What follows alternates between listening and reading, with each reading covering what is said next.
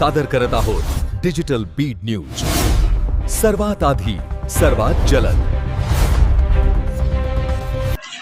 नमस्कार, मी संदीप सोनवणे, बीड डिजिटल मध्ये आपणा सर्वांचं स्वागत आहे। महाराष्ट्राच्या उपमुख्यमंत्री आणि बीडच्या पालकमंत्री सुनेत्राताई पवार यांच्या जिल्हा नियोजन समितीची बैठक नुकतीच संपते।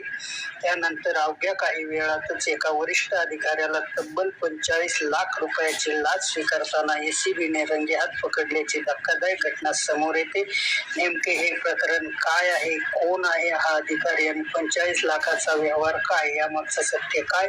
बीड जिल्ह्यातील सामाजिक वनीकरण विभागाचे विभागीय वन अधिकारी श्रीनिवास लखमवार यांना लाचलुचपत प्रतिबंधक विभागाने म्हणजेच एसीबीने रंगेहात अटक केली। मिळालेल्या माहितीनुसार बीडमध्ये उपमुख्यमंत्री तथा पालकमंत्री सुनेत्राताई पवार यांच्या अध्यक्षतेखाली जिल्हा नियोजन समितीची बैठक पार पडली। बैठक संपल्यानंतर श्रीनिवास लखमवार आपल्या निवासस्थानी गेले। पूर्वनियोजित सापळा रचून एसीबीच्या पथकाने त्यांना 45 लाख रुपयाची रक्कम स्वीकारताना ताब्यात घेतले।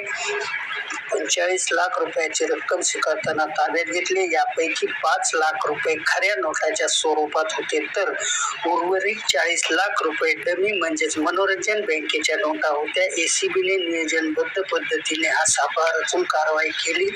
तक्रारदाराच्या आरोपानुसार सन 2025 व 26 मधील वृक्ष लागवडीची बिले मंजूर करणे, कर्मचाऱ्याचे थकीत वेतन अदा करणे आणि निलंबनाची कारवाई मागे घेण्यासाठी श्रीनिवास लखमवार यांनी 45 लाख रुपये लाचेची मागणी केली होती। या प्रकरणी 29 जुलै रोजी छत्रपती संभाजीनगर येथील लाचलुचपत प्रतिबंधक विभागाकडे तक्रार दाखल करण्यात आली होती, पण तक्रारीची पडताळणी झाल्यानंतर एसीबीने शुक्रवारी सापळा रचत मोठी कारवाई केली। बीडमध्येच एक वरिष्ठ वन अधिकाऱ्याला तब्बल 45 लाख रुपयाची लाच स्वीकारताना रंगेहात पकडण्यात आल्यानं प्रशासकीय वर्तुळात मोठी खळबळ उडाली। आता या प्रकरणात आणखी कोणती नवीन नावे समोर येणार आहेत, यामागे कोणते मोठे रॅकेट आहे का,